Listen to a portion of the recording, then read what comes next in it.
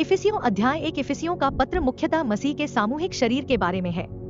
इसे 63 ई के आसपास लिखा गया था और पौलुस कहता है उसकी महिमा की स्तुति के लिए।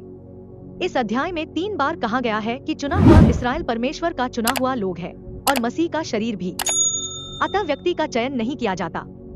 एजेंसी मसीह का शरीर समयों की परिपूर्णता है। इसका क्या मतलब है? खैर, हम यह पता लगाने जा रहे हैं कि वह और उसका पिता के बराबर है। स्तुति को पद संख्या 1 से 14 तक तथा प्रार्थना को पद संख्या 15 से 23 तक में शामिल किया गया है। पौलुस हमेशा मसीह की देह को लिखता है। तो आइए इसकी पृष्ठभूमि पर नजर डालें। तुखिकुस ने संभवतः पौलुस को इफिसुस के नए विश्वासियों के बारे में बताया था। अतः पौलुस रोम में नजरबंद था और इफिसियों का पत्र पौलुस के उन पत्रों में से एक है जो रोम में घटित घटनाओं के बाद लिखे गए थे। जब पौलुस घर में नजरबंद था तो तुखिकुस उससे मिलने आया और पौलुस की सुरक्षा एक सैनिक द्वारा की जाती थी, लेकिन उसे मेहमानों को बुलाने की स्वतंत्रता थी। अरिस्तर्खुस, तीमुथियुस, उनेसिमुस और लूका उनमें से कुछ थे। प्रेरितों के काम के अंत में क्या लिखा है? पौलुस अपने किराए के घर में पूरे 2 वर्ष तक रहा और जो उसके पास आते उन सब से मिलता और परमेश्वर के राज्य का प्रचार करता और प्रभु यीशु मसीह की बातें बिना रोकटोक के बड़े हियाव से सिखाता रहा। प्रेरितों के काम 28 के 30 से 31। इसलिए किसी ने उसे यीशु अर्थात प्रभु यीशु मसीह और परमेश्वर के राज्य जो स्वर्ग और पृथ्वी 2 क्षेत्रों से मिलकर बना है के विषय में प्रचार करने से नहीं रोका। इससे पहले कि हम अपनी कहानी शुरू करें, आइए हम यह सुनिश्चित कर लें कि हम आग की अनंत झील से बच जाएं। विश्वास करें कि मसीह हमारे पापों के लिए शास्त्रों के अनुसार मरा और उसे दफनाया गया और शास्त्रों के अनुसार वह तीसरे दिन फिर से जी उठा। पहला कुरिन्थियों 15:3 और 4 प्रभु यीशु मसीह पर विश्वास करो तो तुम उद्धार पाओगे। प्रेरितों के काम 16 के 31। इसलिए अपने आप पर विश्वास मत करो, यीशु ने जो किया है उस पर विश्वास करो। हमें क्षमा पाने के लिए प्रभु यीशु मसीह पर विश्वास करना होगा और सुसमाचार यह सुनिश्चित करने के लिए कि आप बचाए गए हैं। पहले कुरिन्थियों 15:3 और 4 है। रोमियो के अध्याय 1 से 5 तक को बार बार पढ़ें जब तक कि आपको यकीन न हो जाए कि आप बचाए गए हैं। तो चलिए शुरू करते हैं। पौलुस, परमेश्वर की इच्छा से यीशु मसीह का एक प्रेरित। अतः परमेश्वर की इच्छा थी कि पौलुस इफिसुस के पवित्र लोगों और मसीह यीशु में विश्वासियों के लिए यीशु मसीह का प्रेरित बने। अतः पौलुस इफिसुस को लिख रहा है। यीशु मसीह हमारा उद्धार करता है और उसने पौलुस को हमारा प्रेरित बनाया। प्रेरित पौलुस इफिसियों और इस पत्र को पढ़ने वाले अन्य सभी विश्वासियों को नमस्कार करता है। संत का अर्थ है सेवा के लिए अलग रखा गया। हम विश्वास करते हैं कि हमारे पिता परमेश्वर और प्रभु यीशु मसीह की ओर से तुम्हें अनुग्रह और शांति मिलती है। अतः पौलुस मसीह की देह का प्रवक्ता है, ठीक वैसे ही जैसे मूसा इस्राएल का प्रवक्ता था। हमारे प्रभु यीशु मसीह के परमेश्वर और पिता का धन्यवाद हो, जिसने हमें मसीह में स्वर्गीय स्थानों में सब प्रकार की आत्मिक आशीषें दी हैं। प्रेरित पौलुस हमें मसीह की देह के लिए पिता के उद्देश्य और नियति से परिचित कराता है तथा स्वर्ग और पृथ्वी पर अपने पुत्र को सर्वोच्च शासक के रूप में प्रतिष्ठित करने की योजना से परिचित कराता है। हमें सभी आशीर्वाद पहले ही मिल चुके हैं। मसीह का शरीर चुना हुआ है, व्यक्तिगत विश्वासियों का नहीं। प्रेरित पौलुस ने हमें और हमें का प्रयोग किया है, तो वह मसीह के सामूहिक शरीर के विषय में बात कर रहा है। मसीह का शरीर वह एजेंसी नहीं है जो स्वर्ग के लिए पूर्व निर्धारित है और विश्वासी उस एजेंसी में है। स्वर्ग और पृथ्वी की रचना करने से पहले परमेश्वर ने निर्णय लिया कि मसीह का शरीर स्वर्ग में उसकी सेवा करेगा, जबकि इस्राएल के शेष विश्वासी लोग पृथ्वी पर उसकी सेवा करेंगे। यह स्वर्गीय स्थानों में रहने के लिए कॉर्पोरेट चुनाव है। तो हम थोड़ी देर में अपनी आध्यात्मिक आशीषों के बारे में और अधिक बात करने जा रहे हैं। जैसा उसने हमें जगत की उत्पत्ति से पहले उसमें चुन लिया कि हम उसके निकट प्रेम में पवित्र और निर्दोष हों। अतः अमेरिका मसीह का शरीर है, वह पिता है और उसके पहले प्रेम पिता के पहले है। अतः अपने नए शरीर में मसीह के साथ हम निर्दोष हो सकते हैं। उसने हमें अपने लिए पहले से ठहराया कि हम यीशु मसीह के द्वारा उसके लेपालक पुत्र हों। अतः हम मोक्ष के बाद सूर्य स्थान के लिए पूर्व निर्धारित हैं। दत्तक ग्रहण का अर्थ है पुत्रों के रूप में रखा जाना तथा हमारे अंदर के पुत्र को पुत्रों के रूप में सेवा करने के लिए रखा जाना, उसकी इच्छा के अनुसार। यह पिता की इच्छा की भली इच्छा के अनुसार हुआ कि उसके उस अनुग्रह की महिमा की स्तुति हो जिसके द्वारा उसने हमें उस प्रिय में से ग्रहण कर लिया। तो कृपा अनुग्रह से पिता ने मसीह के शरीर को प्रिय में स्वीकार कर लिया है। अब जो यहाँ है वह मसीह में होगा, जिसमें यीशु मसीह है। हमें उसके लहू के द्वारा छुटकारा अर्थात पापों की क्षमा मिलती है। अतः हमारा छुटकारा हम उसके लहू की कीमत से छुड़ाए गए, ताकि जब हम विश्वास करें तो हमें उसके अनुग्रह के धन के अनुसार पापों की क्षमा मिल सके। यह अनुग्रह ही था कि हम, आप जानते हैं, इस क्षमा को प्राप्त करने में सक्षम हुए, जिसमें उसने अपनी इच्छा का रहस्य हमें ज्ञात कराकर सारी बुद्धि और विवेक सहित हमें प्रचुरता से क्षमा प्रदान की है। ठीक है, तो हम थोड़ी देर में उनकी सारी बुद्धिमत्ता और विवेक पर नजर डालेंगे, क्योंकि विवेकशीलता का अर्थ है खतरे को पहले से भांप लेना और उससे बचना। इस प्रकार उसकी इच्छा का भेद पौलुस को और अब मसीह की शेष देह को उसकी उस स्वेच्छा के अनुसार बताया गया है, जिसे उसने अपने मन में ठान लिया था। इसलिए पिता ने अपने आप में ठान लिया है कि समयों के पूरे होने का ऐसा प्रबंध हो कि जो कुछ स्वर्ग में है और जो कुछ पृथ्वी पर है, सब कुछ मसीह में एकत्र करे। अतः महान श्वेत सिंहासन के न्याय के बाद समयों की परिपूर्णता का प्रावधान आएगा। इसका मतलब यह नहीं है कि समय पूरा हो गया है या खत्म हो गया है, लेकिन इसका मतलब यह है कि जो लोग स्वर्ग में रहेंगे और जो लोग पृथ्वी पर रहेंगे, उनका समय पूरा हो गया है। अतः हम इस पर थोड़ा विचार कर सकते हैं, क्योंकि परमेश्वर का राज्य 2 क्षेत्रों स्वर्ग और पृथ्वी से बना है और सभी विश्वासियों को मसीह में होना आवश्यक है। सभी चीजें मसीह में एक साथ इकट्ठी हुई सभी चीजें सरकार के स्तर हैं। सो जब वह कहता है कि उसने सारी बुद्धि और विवेक सहित हमें बहुतायत से दिया है, पद 1:8 का अर्थ है कि परमेश्वर ने बाइबल में प्रगतिशील सत्य देकर विवेकपूर्ण कार्य किया। उसने शैतान को एक ही बार में सब कुछ नहीं बताया और परमेश्वर ने पौलुस के सुसमाचार और रहस्य को गुप्त रखा था। पौलुस को यीशु मसीह से प्रगतिशील रहस्योद्घाटन प्राप्त हुआ। शैतान एक पराजित शत्रु है, परंतु उसकी सजा अभी तक पूरी नहीं हुई है, क्योंकि परमेश्वर अभी भी अधिक लोगों को बचाना चाहता है। अतः महान श्वेत सिंहासन के बाद समय की परिपूर्णता के प्रबंध की परिपूर्णता तब होगी जब अन्य जातियों की परिपूर्णता समाप्त हो जाएगी और इस्राएल या उसके सांसारिक लोगों की परिपूर्णता समाप्त हो जाएगी। आरंभ में परमेश्वर ने स्वर्ग और पृथ्वी 2 लोकों की सृष्टि की, और इस प्रकार पतरस मसीह में था, परंतु वह मसीह की देह में नहीं था। वह अपने सांसारिक समूह में मसीह में था और पौलुस मसीह में अपने स्वर्गीय समूह में है। जब परमेश्वर दोनों समूहों के लिए विश्वासियों को एकत्रित करना समाप्त कर लेगा, तब नए निर्देश दिए जाएंगे। तो आइए थोड़ा नजर डालते हैं। हमारी शिक्षा प्रक्रिया, निर्माण प्रक्रिया यह है कि मसीह की देह को लिखे पौलुस के 13 पत्र ठोस सिद्धांत की इमारत का निर्माण करते हैं। आस्तिक की आत्मा में भवन एक इमारत है। हम पौलुस के 13 पत्रों को एक 2 मंजिला मकान के रूप में देख सकते हैं, जिसमें रोमियो को आधारभूत सिद्धांत माना गया है। फिर पहले और दूसरे कुरिन्थियों से दीवार बनती है और गलातियों से। प्रथम कुरिन्थियों को पौलुस की नहीं, बल्कि मानवीय बुद्धि का अनुसरण करने के लिए फटकारा गया था, और गलातियों में पल्स के बजाय इस्राएल के निर्देशों का पालन करने के लिए सुधार किया गया था। तो घर का यह निचला स्तर पार होने वाला है। अगला स्तर कलीसिया अर्थात मसीह के शरीर के बारे में है, जिसमें इफिसियों के पत्र उन्नत सिद्धांत हैं तथा फिलिपियों और कुलुसियों के पत्र दीवारें बनाते हैं। फिर अगला स्तर वह आगमन है जो छत पर ले जाता है, जिसमें प्रथम कुरिन्थियों में उसका आगमन हमें स्वर्गारोहित करने के बारे में है। दूसरा, मेरा मतलब है कि प्रथम थिस्सलुनीकियों में मेघारोहण के बारे में बात की गई है और दूसरे थिस्सलुनीकियों में दूसरे आगमन के बारे में बात की गई है। तो ये 9 चर्च पत्र हैं।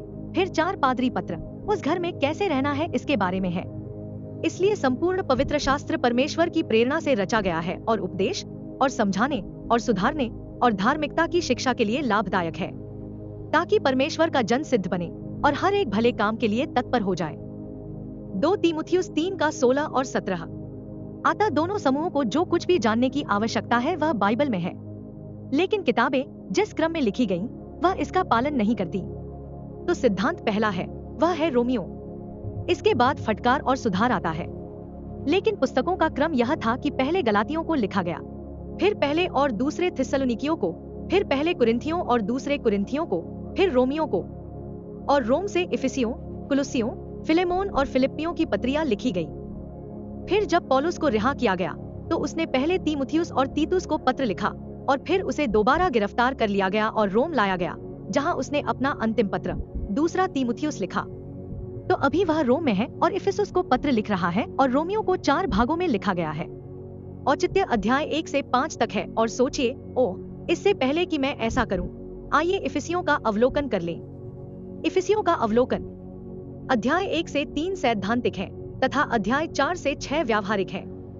हमारी संपत्ति अध्याय 1 से 3 में है। हमारा चलना अध्याय 4 से छंद 6-9 तक है, और फिर हमारा युद्ध 6 के 10 से 6 के 20 तक है, और यह परमेश्वर के राज्य और विशेषकर मसीह के शरीर के बारे में है।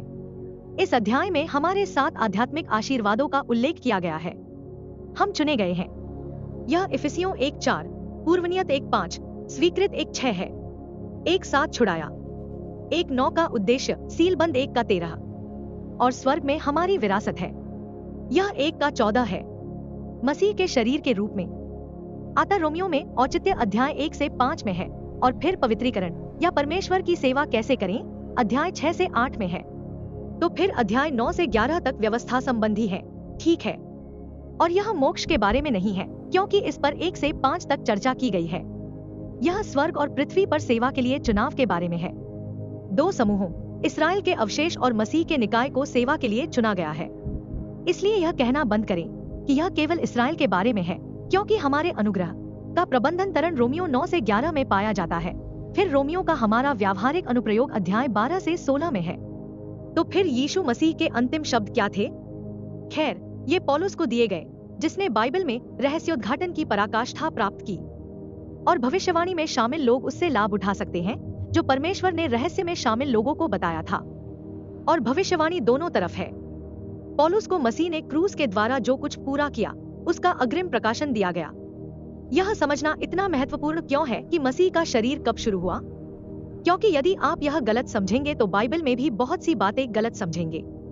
इस प्रकार मसीह का शरीर प्रेरितों के अध्याय 9 में आरंभ हुआ, जब यीशु मसीह दमिश्क के मार्ग पर तरसुस के शाऊल, जिसे पौलुस के नाम से भी जाना जाता है, के सामने प्रकट हुआ। और पौलुस पतरस के समूह अर्थात छोटे झुंड को सताता रहा था, और यह यीशु मसीह का एक लाभहीन प्रकटीकरण था। और यीशु ने उससे क्या कहा? उसने कहा, परंतु उठ और अपने पांवों पर खड़ा हो जा, क्योंकि मैं इसीलिए तेरे पास आया हूँ। आठ स्वर्गारोहित पुनर्जीवित महिमावान प्रभु यीशु मसीह तरसुस के शाऊल के सामने प्रकट हुए ताकि उसे एक नई सेवकाई दे सकें, एक नई सेवकाई शुरू कर सकें। मसीह की सेवकाई उसके स्वर्गीय समूह के लिए शुरू कर सकें और तुम्हें एक सेवक और एक गवाह बना सकें। ये दोनों बातें जो तूने देखी हैं, अर्थात महिमान्वित जी उठे ऊपर चढ़े हुए मसीह, और उन बातों के विषय में भी जो मैं तुझे दिखाऊंगा। तो यह पौलुस को कुछ और दिखाई देने वाला है ताकि उसे कुछ और रहस्योद्घाटन मिले जो तुम्हें पास्ता जूस वाले लोगों और अन्य जातियों से बचाता है, खोए हुए अन्य जाति और खोए हुए यहूदी। अब मैं तुझे किसके पास भेजता हूँ? इसलिए अब वह उसे उनके पास, विशेष रूप से अन्य जातियों के पास भेज रहा है कि वह उनकी आंखें खोले और उन्हें अंधकार से ज्योति की ओर और शैतान की शक्ति से परमेश्वर की ओर फेरे, कि वे पापों की क्षमा और उन लोगों के बीच मीरास पाएं जो मुझ पर विश्वास करने से पवित्र हुए हैं।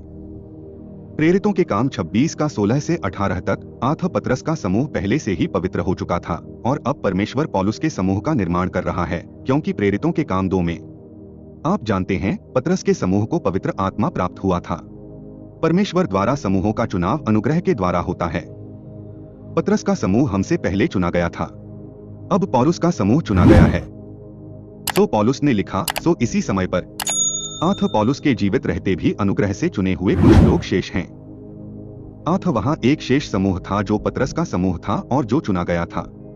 और यदि अनुग्रह से हुआ तो क्या फिर कर्मों से नहीं? अन्यथा अनुग्रह अनुग्रह नहीं रह जाता। परंतु यदि वह कर्मों से है तो क्या वह अनुग्रह नहीं? अन्यथा काम काम नहीं रह जाता। आठ पतरस के समूह को परमेश्वर द्वारा उन्हें उपयोग करने के निर्णय से कोई लेना देना नहीं था, सिवाय इसके कि वे विश्वास करते थे। तो क्या इसराइल ने वह प्राप्त कर लिया है जो नहीं? इसराइल ने वह प्राप्त नहीं किया है जो वह चाहता था, परंतु चुनाव ने इसे प्राप्त कर लिया और बाकी लोग अंधे हो गए। रोमियो 11 अध्याय 5 से 7 तक। इस प्रकार पतरस के समूह को धार्मिकता और अनंत जीवन प्राप्त हुआ, जबकि शेष इसराइल को नहीं। आठ हम यह पता लगाने जा रहे हैं कि इफिसियों 1 का 10 महान श्वेत सिंहासन के न्याय के बाद घटित होगा, जब परमेश्वर एक नया स्वर्ग और एक नई पृथ्वी बनाएगा और उन्हें एक में इकट्ठा करेगा। हमने इफिसियों 1 का 10 में इस पर चर्चा की है। आठ दूसरा चुना हुआ समूह मसीह का शरीर है, क्योंकि पौलुस ने कहा, परमेश्वर के चुने हुओं पर दोष कौन लगाएगा? परमेश्वर ही है जो धर्मी ठहराता है। रोमियो 8 का 33 में। आठ दूसरा चुना हुआ समूह पौलुस का समूह है। तो आइए देखें कि पौलुस ने यह बात कहाँ कही। क्या होगा यदि परमेश्वर अपना क्रोध दिखाने और अपनी सामर्थ्य प्रकट करने के लिए विनाश के लिए तैयार किए गए क्रोध के पात्रों को बहुत लंबे समय तक कष्ट सहता रहे? तो फिर क्रोध के पात्र कौन हैं? खैर, वे सभी जो भविष्यवाणी में विश्वास नहीं करते, और वे सभी जो रहस्य में विश्वास नहीं करते, और वे सभी जो भविष्यवाणी में विश्वास नहीं करते, वे आग की झील में जाएंगे। इसलिए परमेश्वर उन अविश्वासियों के साथ धीरज धरता है ताकि वह जान सके कि विश्वासी कौन हैं, और दया के बरतनों पर, जिन्हें उसने महिमा के लिए पहले से तैयार किया, अर्थात हम पर अपनी महिमा का धन प्रकट करे। यह मसीह की देह है जिसे उसने यहूदियों में से नहीं बुलाया, केवल पतरस के समूह के ही नहीं वरन अन्य जातियों के भी। रोमियो 9 के 22 और 24 में पौलुस ने कहा, दया के पात्र। दया के पात्र पतरस का समूह है जिसकी सेवा मसीह ने अपने सांसारिक मंत्रालय में की, और फिर आप जानते हैं पवित्र आत्मा को भेजा, और फिर उन्होंने थोड़ी देर तक प्रचार किया। एक और साल जब तक स्टीफन को पत्थरवाह नहीं किया गया। ठीक है, देखें कि क्या हम स्टीफन को सीधा कर सकते हैं। ठीक है, हम वहां जाते हैं। ठीक है, तो आइए पूर्णता पर एक नजर डालें, क्योंकि दो पूर्णताएं हैं, समय की परिपूर्णता का प्रावधान। तो फिर याद रखो, मैं कहता हूं, क्या वे इसलिए ठोकर खाए कि गिर पड़े? वे क्रूस पर ठोकर खाए परंतु गिरे नहीं। यह इजराइल है, लेकिन उनके पतन के माध्यम से अन्य जातियों के लिए उद्धार आ पहुंचा है, ताकि वे ईर्ष्या से भर जाएं। पतन प्रेरितों के 7वें अध्याय में स्तिफनुस को पत्थरवाह किए जाने के साथ हुआ, क्योंकि वह पवित्र आत्मा से परिपूर्ण एक छोटे झुंड का सदस्य था, इसलिए वे लड़खड़ा गए। और अब यह कहा गया है कि उद्धार अन्य जातियों के पास आ रहा है। अनुग्रह के वितरण के दौरान खोए हुए अन्य जाति सीधे यीशु मसीह पर विश्वास कर सकते हैं और उसकी आत्मा को प्राप्त कर सकते हैं और मसीह की देह के सदस्य बन सकते हैं। अब यदि उनका पतन संसार की संपत्ति है, तो इस्राएल का पतन संसार की संपत्ति है, क्योंकि इस समय कोई भी बचाया जा सकता है, चाहे यहूदी हो या अन्य जाति। और जब अन्य जातियों का धन घटता गया, तो उनकी बढ़ती क्यों न होगी? इसलिए पतरस के समूह में कमी प्रेरितों के समय के दौरान हुई, क्योंकि उन्होंने प्रेरितों के समय 15 के बाद यरूशलेम सम्मेलन के बाद किसी भी नए धर्मांतरित को स्वीकार नहीं किया, जहां यह निर्णय लिया गया था कि अनुग्रह के वितरण के दौरान पौलुस को प्रचार करने दिया जाए। प्रेरितों के काम 9 में यीशु मसीह के प्रकट होने के साथ पौलुस के उद्धार से लेकर प्रेरितों के काम 15 में पतरस के छोटे समूह को रोक दिए जाने तक एक ओवरलैप था, जहां लोगों को या तो पतरस के समूह या पौलुस के समूह में बचाया जा सकता था। यह इस बात पर निर्भर करता था कि वे पहले किस सुसमाचार पर विश्वास करते थे। प्रेरितों के कार्य 15 के बाद पृथ्वी पर राज्य में आने के लिए कोई भी बच नहीं पाया। लेकिन आप जानते हैं, हमारे स्वर्गारोहण के बाद, क्योंकि हम मसीह के पुनः प्रकट होने की प्रतीक्षा कर रहे हैं। ठीक है, और इस श्लोक में इसका वर्णन है। हमने रोमियो 11 के 11 से 13 तक पढ़ा है। ओह, शायद हम भूल गए 13, क्योंकि मैं तुम अन्य जातियों से यह कहता हूं कि मैं अन्य जातियों के लिए प्रेरित हूं, इसलिए अपने काम की बड़ाई करता हूं। पौलुस अन्य जातियों का प्रेरित है, और वह अपने पद को बढ़ा रहा है, क्योंकि वह हमारे युग के दौरान एकमात्र प्रेरित है। अब रोमियो 11 से 13 के बाद 11 के 25 में वह कहता है, क्योंकि हे भाइयों, मैं नहीं चाहता कि तुम इस भेद से अनजान रहो, ऐसा न हो कि तुम अपने आप को बुद्धिमान समझो। इस्राएल में यह अंधापन आंशिक रूप से तब तक बना रहेगा जब तक अन्य जातियों की संपूर्णता नहीं आ जाती। तो उम्मा इस्राएल अंधा हो गया, लेकिन छोटा झुंड 11 से 15 तक जारी रहा, और उम्मा फिर उसे रोक दिया गया या होल्ड पर रख दिया गया। और अब हम इंतजार कर रहे हैं। परमेश्वर, आप जानते हैं, जहाजों के साथ लंबे समय तक पीड़ित हैं। उसने उन्हें क्या कहा? उन्हें क्रोध के पात्र, ताकि वह अधिक से अधिक लोगों को स्वर्ग में रहने के लिए बचा सके। हम यीशु मसीह के एक बार फिर प्रकट होने की प्रतीक्षा कर रहे हैं, ताकि वह मसीह की देह अर्थात विश्वासियों को स्वर्गारोहित कर ले जाए, और तब स्वर्गीय स्थानों में रहने का अवसर समाप्त हो जाएगा, क्योंकि अन्य जातियों की परिपूर्णता आ चुकी होगी। इस्राएल के पतन के माध्यम से मोक्ष आ गया है। आज अन्य जातियों के लिए परमेश्वर अन्य जातियों पर दया दिखा रहा है। सहस्राब्दी राज्य के दौरान इस्राएल भविष्यवाणी के अनुसार अन्य जातियों को बचाएगा। राज्य के दौरान अधिकाधिक अन्य जातियों को बचाया जाएगा। इसलिए यहूदियों को 7 वर्षों के क्लेश से गुजरना होगा और अंत तक धीरज धरना होगा, अन्यथा वे परमेश्वर के राज्य में राजा याजक नहीं बन पाएंगे। आप जानते हैं कि वे प्रभु को अन्य जातियों को बचाने में सहायता नहीं कर पाएंगे, क्योंकि वे उन महिमामय पुनर्जीवित शरीरों में नहीं होंगे जब तक कि वे अंत तक टिके नहीं रहते और उसके दूसरे आगमन पर विश्वासियों के रूप में जीवित या मृत नहीं होते, जब वह पृथ्वी पर 1000 वर्ष का शासन स्थापित करता है। और इसलिए उस समय इस्राएल के याजक अन्य जातियों को भविष्यवाणी का सुसमाचार सुनाएंगे, अन्य जातियों की तुलना में अधिक। और परदेशी लोग खड़े होकर तुम्हारी भेड़-बकरियों को चराएंगे, और परदेशी लोग तुम्हारे हल जोतने वाले और दाख की बारी की रखवाली करने वाले होंगे। परंतु तुम यहोवा के याजक कहलाओगे। तब वे लोग तुम्हें हमारे परमेश्वर के सेवक कहेंगे। तुम अन्य जातियों की धन संपत्ति खाओगे और उनके वैभव पर घमंड करोगे। यशायाह 61 के 5 और 6। इस प्रकार अन्य जाति लोग पुनरुत्थित यहूदियों के याजकों के राज्य की सेवा करेंगे और यहूदी महिमा पाएंगे। और जब अन्य जाति विश्वास करेंगे, ठीक है, आगे है। तो मैंने अभी अभी, आप जानते हैं, अन्य जातियों की पूर्णता और इस्राएल की पूर्णता पर चर्चा की। इस प्रकार यह व्यवस्था है कि परमेश्वर अलग अलग समय पर अलग अलग लोगों को अलग अलग निर्देश देता है। एक व्यवस्था एक संसार भी हो सकती है। शैतान नहीं चाहता कि विश्वासी रहस्य को समझें। इसीलिए हमें आज्ञा दी गई है कि अपने आप को परमेश्वर का ग्रहण योग्य और ऐसा काम करने वाला ठहराने का प्रयत्न करो जो लज्जित होने न पाए और जो सत्य के वचन को ठीक रीति से बांटता हो। संपूर्ण बाइबल सत्य है, परंतु हमें सत्य को विभाजित करना होगा। यह उन लोगों के लिए रहस्य है जो सत्य से स्वर्ग में रहेंगे। इसे भविष्यवाणी कहते हैं। दोनों ओर उन लोगों के लिए जो पृथ्वी पर रहेंगे। उत्पत्ति से प्रेरितों के अध्याय 9 तक की जानकारी भविष्यवाणी के लिए है। फिर रोमियो ने फिलेमोन को लिखा, ये 13 पत्र उन लोगों के लिए हैं जो रहस्य में हैं। और फिर इब्रानियों से प्रकाशित वाक्य तक उन लोगों के लिए अधिक जानकारी है जो भविष्यवाणी में रहते हैं। परमेश्वर उन विश्वासियों को खोजने में लगभग 7000 वर्ष व्यतीत कर रहा है जो स्वर्ग और पृथ्वी पर रहेंगे। उसका क्रोध जो क्लेश है। और इस्राएल में दूसरा आगमन विलंबित हो गया है क्योंकि परमेश्वर ने इस भविष्यवाणी की गई समयावधि को सम्मिलित कर दिया है जहां वह लोगों को स्वर्ग में रहने के लिए बचा रहा है। आगे है इफिसियों 1। उसी में हम भी जो मसीह की देह हैं, उसी की मनसा से पहले से ठहराए जाकर मीरास बने हैं, जो अपनी ही इच्छा के मत के अनुसार सब कुछ करता है। पिता अपनी इच्छा के अनुसार सब कुछ कर रहा है। पौलुस पिता की महिमा की योजना पर चर्चा कर रहा है। और कृपया ध्यान दें कि पौलुस चाहता है कि इफिसियों को रहस्य के विषय में मेरा ज्ञान समझ में आए, और उसने इस अध्याय में उद्धार के विषय में पहले ही बता दिया है कि हम जो पहले से मसीह पर विश्वास रखते थे उसकी महिमा की स्तुति के कारण हो। हम मसीह की देह में पहले से ही मसीह पर भरोसा कर चुके हैं, जिसमें तुम। अब वह इफिसुस के नए विश्वासियों अर्थात इफिसियों से बात कर रहा है जिनके पास भी स्वतंत्र इच्छा है।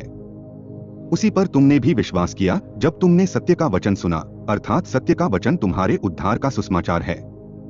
पहले कुरिन्थियों 15 के 3 और 4।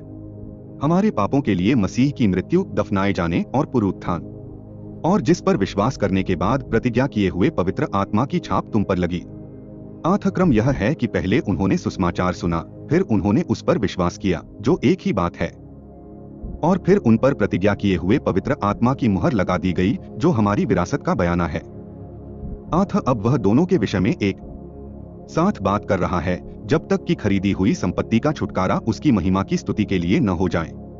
इसलिए रोमियो 10 का 17 में पौलुस कहता है, विश्वास सुनने से और सुनना परमेश्वर के वचन से होता है। पौलुस पिता की महिमा की योजना पर चर्चा कर रहा है। हम पर परमेश्वर की मुहर लगी है और वह हम में वास करता है। परमेश्वर ने हम पर मुहर भी कर दी है। मसीह की संपूर्ण देह और हमारे हृदयों में आत्मा का बयाना दिया गया है।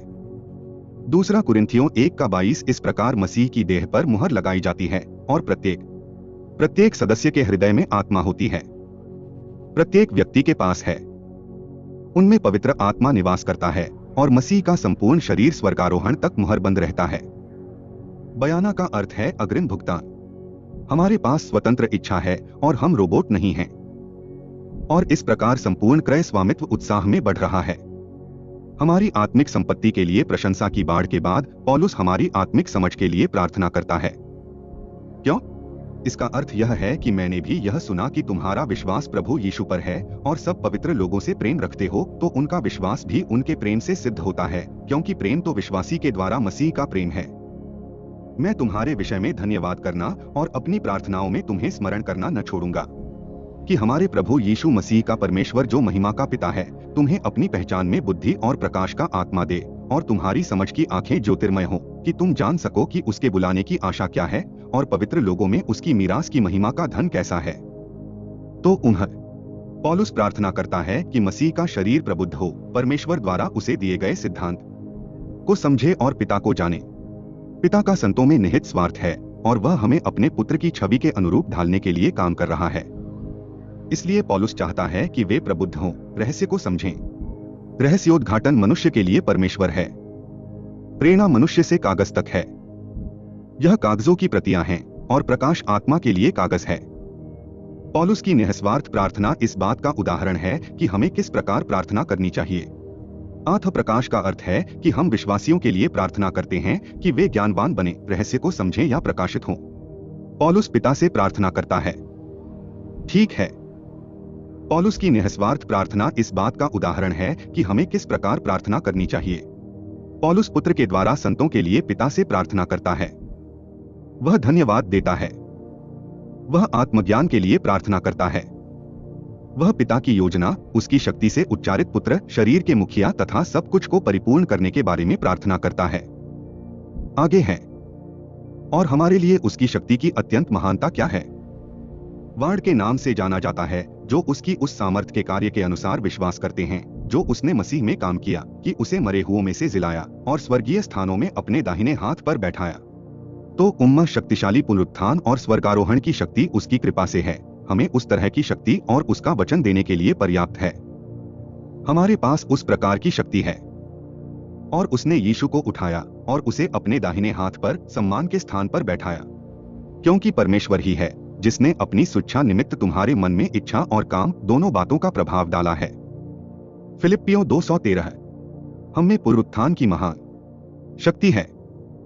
एक परमेश्वर और एक पिता जो सबसे ऊपर और सबके मध्य में है और तुम सब में है। हम में पिता और पुत्र दोनों हैं, इसलिए उसे स्वर्गीय स्थानों में दाहिने हाथ पर बहुत ऊपर रखा गया है, हर प्रकार की प्रधानता और शक्ति और सामर्थ्य और प्रभुता के ऊपर और हर एक नाम के ऊपर जो न केवल इस संसार में पर आने वाले युगों में भी लिया जाएगा। ठीक है, तो प्रधानता यीशु मसीह सरकार के सभी स्तरों से ऊपर है। राजकुमार रियासत है। शक्ति एक शासक है। शक्ति एक सैनिक के समान है, प्रभुता एक प्रभु के समान है और प्रत्येक नाम जो लिया गया है वह एक निजी व्यक्ति के समान है और उसने सब कुछ उसके पैरों तले कर दिया है और उसे सब वस्तुओं के ऊपर प्रधान ठहराकर कलीसिया को दे दिया है जो उसकी देह है और उसी की परिपूर्णता है जो सब में सब कुछ पूर्ण करता है। तो इसमें इफिसियों के पहले अध्याय का पूरा विवरण शामिल है। आत्मा मसीह हमारा सिर है और मसीह का शरीर हमारे सिर से जुड़ा हुआ है और उसने सब कुछ उसके पैरों तले कर दिया है। यह भूतकाल है जिसमें उसकी आत्मा सब कुछ भर रही है। परमेश्वर अपने राज्य को एक भव्य सामंजस्यपूर्ण सिम्फनी की तरह संचालित करने में सक्षम होगा। हम उन अच्छे स्वर्गदूतों पर शासन करेंगे जो वास्तव में हमारे अंदर मसीह की सेवा करेंगे। यह परमेश्वर का राज्य है और वह बहुत ऊपर है। और जो अन्य जाति लोग राज्य में इस्राएल की सेवा करते हैं वे वास्तव में इस्राएल में मसीह की सेवा करेंगे। उद्धार यीशु मसीह के व्यक्तित्व में है जिसने अकेले ही स्वर्ग और पृथ्वी तथा उन लोगों के विश्वासियों को बचाया। इसलिए मत्ती 2818 में यीशु ने कहा, और यीशु ने उनके पास आकर कहा, स्वर्ग और पृथ्वी का सारा अधिकार मुझे दिया गया है। आत्मा जब वह पुनर्जीवित हुआ तो उसके पास सारी शक्ति थी। हमें एक ऐसा राज्य विरासत में मिला है जो स्वर्ग और पृथ्वी के स्वामी का है। आत्मा सच्ची खुशी हमारे जीवन में उद्देश्यपूर्ण तरीके से परमेश्वर की सेवा करने में है। ऐसा लग सकता है कि ईश्वर मौन है, लेकिन ऐसा नहीं है। वह अपने वचन का प्रयोग करते हुए अपनी आत्मा के द्वारा विश्वासियों में और उनके द्वारा कार्य कर रहा है। तो यह सिर्फ एक परीक्षा नहीं है। हम परमेश्वर के राज्य में, स्वर्ग में या पृथ्वी पर सदा खुशी से रहेंगे। इसीलिए परमेश्वर चाहता है कि आप बचाए जाएं। आत्मा महिमा की योजना यह है कि जो मेरे वचन पर विश्वास करते हैं वे मेरे पुत्र की आत्मा को प्राप्त करेंगे जिसने अपने लहू से उनके पापों का मूल्य चुकाया है, और वे मेरे राज्य में रहेंगे चाहे वह स्वर्ग में हो या पृथ्वी पर।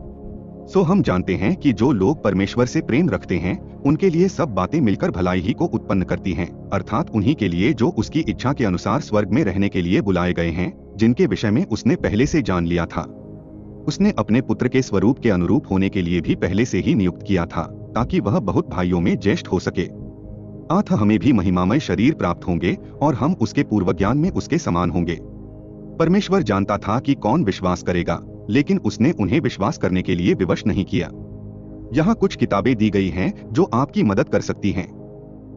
परमेश्वर का रहस्य 100 पृष्ठों में बाइबल का अवलोकन है और हमारी पुस्तकें आपको सत्य के ज्ञान तक शीघ्र पहुंचने में सहायता करती हैं। इफिसियों एक टिप्पणी और सही ढंग से विभाजित इफिसियों अध्ययन गाइड। इफिसियों के सभी अध्यायों पर हमारी टिप्पणियां आपकी मदद करेंगी। कैसे बचा जाए? मेड सिंपल एक बहुत अच्छी पुस्तक है जिसे हम अपने खोए हुए प्रियजनों को दे सकते हैं। हमारी सभी पुस्तकें अमेज़न पर उपलब्ध हैं। बहुत से लोगों के पास हमारी सभी पुस्तकें हैं। हमारी वेबसाइट marianmanley.com है। सच कहा जाए तो हमारे YouTube channel salvation, rightly dividing and the rapture पर भी हमारे कुछ वीडियो हैं। हमारा ईमेल है act9grace@gmail.com। हमें रंबल इंडेक्स, व्हाट्सएप और फेसबुक पर खोजें। हमारे फेसबुक वीडियो के साथ संलग्न हमारे अध्यायों को निःशुल्क देखें। हमारे वीडियो एक पूरे अध्याय को कवर करते हैं और बाइबल शिक्षकों के लिए उपयोगी हैं। कृपया लाइक करें, शेयर करें और सब्सक्राइब करें और देखने के लिए धन्यवाद। परमेश्वर भला करे।